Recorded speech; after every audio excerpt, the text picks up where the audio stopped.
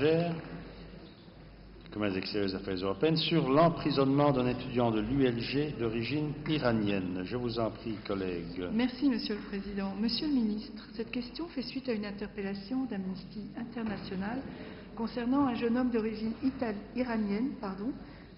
iranienne, étudiant en Belgique, qui a été arrêté par les autorités iraniennes. Il purge actuellement une peine de 6 ans d'emprisonnement à la prison d'Evin pour atteinte à la sécurité nationale pour la communication avec des États hostiles, notamment la Belgique. Il a interjeté appel de cette condamnation le 2 février dernier auprès de la 54e chambre de la Cour d'appel de Téhéran.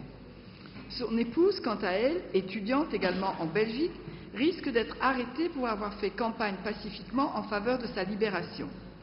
D'après le communiqué d'Amnesty, le ministère du Renseignement iranien lui avait demandé d'espionner des étudiants iraniens vivant en Belgique, où il poursuit ses études de 3e cycle, mais il a refusé de le faire. Selon l'épouse du détenu, lors d'un entretien avec des fonctionnaires du ministère, on a montré à Hamid Babaï des photographies d'étudiants iraniens vivant en Belgique et on lui a demandé de les identifier. Hamid a refusé les 2 requêtes du ministère en précisant qu'il ne voulait servir son pays que dans le cadre de ses études. Il semblerait en outre qu'aucun choix ne lui ait été laissé quant à la personne de son avocat et qu'il ne lui serait pas fourni le suivi médical dont il a besoin. Le ministre peut-il confirmer les informations qui nous sont données par Amnesty International? Quelle initiative la Belgique a-t-elle prise ou compte-t-elle prendre vis-à-vis des autorités iraniennes dans ce dossier? Je vous remercie. Merci, Madame. La parole est au vice-premier ministre et ministre des Affaires étrangères.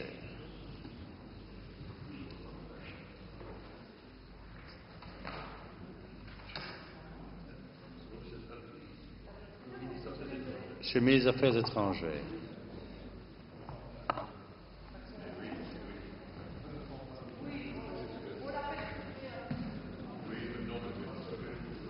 Vous en faites pas, le ministre est là, il y en a qui ne sont pas là.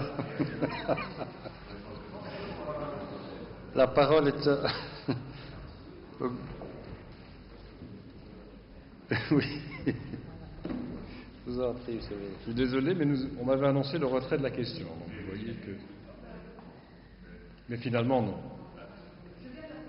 Ah oui, je m'en doute bien, mais voilà, vous m'annoncez le retrait de la question, donc je me laissais embarquer dans une conversation avec mes collègues. Mais je suis désolé. Mais cela étant, que j'avais prévu de vous répondre, je ne vois pas pourquoi je ne vous répondrai pas. J'ai eu l'occasion surtout d'expliquer en commission lundi dernier, je pense en réponse à une question de Mme Matz qui est en séance, que je suis évidemment bien au courant du dossier relatif à M. Hamid Babaï. Dans le cadre de ma visite en Iran fin février, j'ai d'ailleurs abordé la question avec mon homologue, le ministre des Affaires étrangères, Zarif. Comme toujours, lorsqu'il s'agit de cas individuels, nous devons nous montrer particulièrement prudents avant tout dans l'intérêt de la personne, mais aussi parce que nous ne sommes jamais certains de connaître tous les éléments du dossier. J'ajouterai qu'Hamid Babaï n'est pas belge, il n'a pas donc droit à notre protection consulaire. Mon intervention le concernant s'est donc limitée à relayer auprès de M. Zarif les appels d'Amnesty International et du collectif qui le soutient. Il y a d'ailleurs des actions qui sont de nouveau annoncées par l'Université de Liège et je pense l'ULB également le concernant. Je crois qu'il était utile de lui faire remarquer qu'au-delà des protestations de bonne volonté, je parle de mon collègue Zarif, c'est ce genre de cas qui influence l'image que la communauté internationale se fait de l'Iran. J'ai demandé à notre ambassadeur de continuer à suivre le dossier. J'ai moi-même rappelé mon homologue par téléphone après mon retour en Belgique. Mon cabinet est en contact avec Amnesty International à ce sujet. J'ai ainsi été informé que la situation de M. Babaï en termes de détention s'était améliorée. Des visites normales seraient possibles et son épouse ne serait plus menacée. Nous allons continuer à vérifier cela sur place. Nous allons donc continuer à suivre le dossier car l'intéressé, s'il ne possède pas la nationalité belge, a un lien d'attachement avec notre pays à travers son parcours d'études.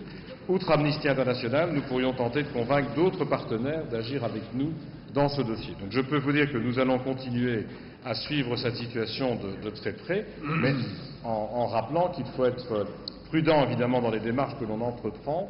Je sais qu'il y a une procédure d'appel qui avait été aussi introduite, donc nous allons tenter d'accompagner le dossier, mais pour un étudiant, c'est vrai, de l'Université de Liège, mais qui n'a pas la nationalité belge, donc pour lequel nous intervenons plutôt dans un cadre humanitaire. Merci, Monsieur le Ministre. Madame Zirn, est-ce que vous désirez ajouter quelque chose? Oui, merci Monsieur le Ministre. En fait, ce que je trouve extrêmement interpellant, c'est le chef d'accusation.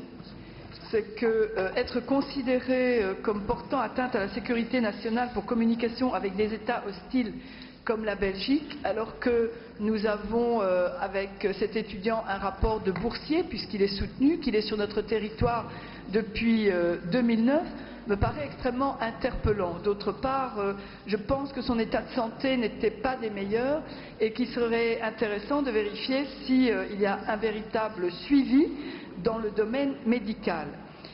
Je sais que les précautions s'imposent et même si les étudiants n'ont pas la nationalité belge, je crois qu'il est quand même interpellant de voir la manière dont on peut être parfois traité sans même avoir le choix de son avocat et surtout la difficulté de cette sanction, 6 ans d'emprisonnement simplement pour ne pas avoir accepté de collaborer pour des identifications d'autres étudiants.